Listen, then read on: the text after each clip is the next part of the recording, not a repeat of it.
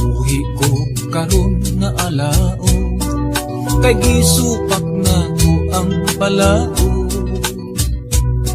Gipatuluan ko sa dugo ug singo ang kahayag akong gipaabo.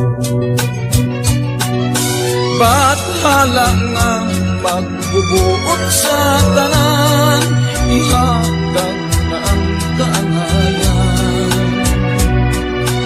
Kung ako man kining nga kasalanan, andam ako nga silutan.